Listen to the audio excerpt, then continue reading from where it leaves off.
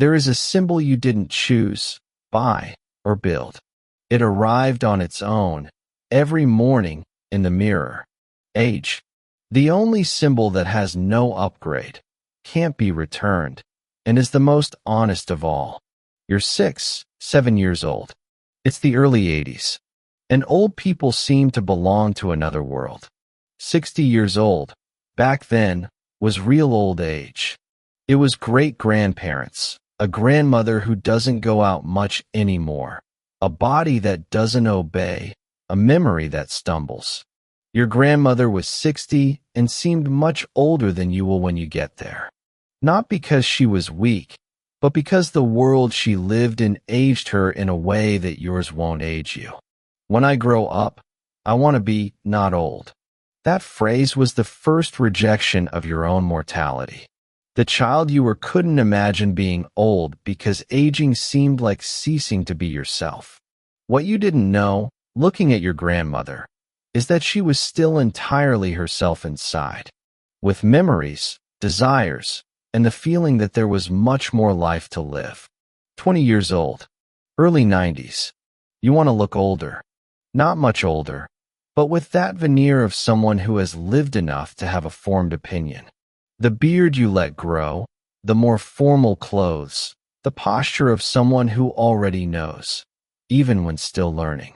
In the job market of the 90s, young meant unqualified until proven otherwise. Experience was the central criterion, and experience was synonymous with years. I don't look my age. People think I'm older. That comment was a compliment. At 20, aging was a gain. Each year was another argument. You're 40 years old, and the mirror has changed its mind. The hair has become sparser, grayer. The lines around the eyes are present. The body takes more effort to get to the same place. Inside, you're still 25 with extra experience. The crisis isn't about the mirror. The crisis is about the discrepancy. You feel one way, and the world starts treating you another. I don't feel this age. The internal feeling doesn't keep up with the calendar at the speed the mirror records. You're 50 years old, and time has become real in a way it hadn't been before. It could have been the death of a parent, a friend, or an unexpected diagnosis. These events make time concrete. They transform the abstract horizon into a visible window. I don't want to waste anymore. I don't have time to waste. The awareness of finitude isn't pessimism. It's the most valuable gift age gives. You'll reach 60 with more decades of accelerated transformation than any previous generation experienced in a lifetime. You've seen Brazil change from dictatorship to democracy, from chronic inflation to stability. You've ridden each of these waves, not as an observer, but as a protagonist. This experience of continuous adaptation is your most real advantage at 60. And the body? The body at 60 in 2033 is different from the body at 60 in 1983. Medicine has advanced. Information about health is available. Life expectancy has increased, but more than that, quality of life has increased. I have more energy at 50 than I did at 30. More clarity, more patience with myself. At 60, aging isn't just loss. It's reaching the only place where you can see the entire journey at once. Aging has never been just about time. In childhood, it was the distance from a world you didn't want to inhabit. At 20, it was an ally. At 40, it was the discrepancy between the mirror and the internal feeling.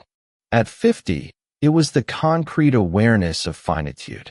And at 60, the possibility of a kind of peace that no previous phase could offer.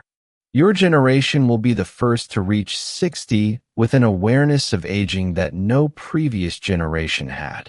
Because no previous generation lived so much in so little time. And what it doesn't buy is the feeling of being enough without needing any symbol to confirm it. The most invisible position of all is that of someone who no longer needs to be seen to know they exist. This position isn't available at 20. It's barely available at 40. It builds slowly, failure by failure, reinvention by reinvention. And you're getting there. You haven't arrived yet, but you're getting there. And this awareness, that the journey has direction, even when it seems circular, is the most valuable gift Season 2 has to offer.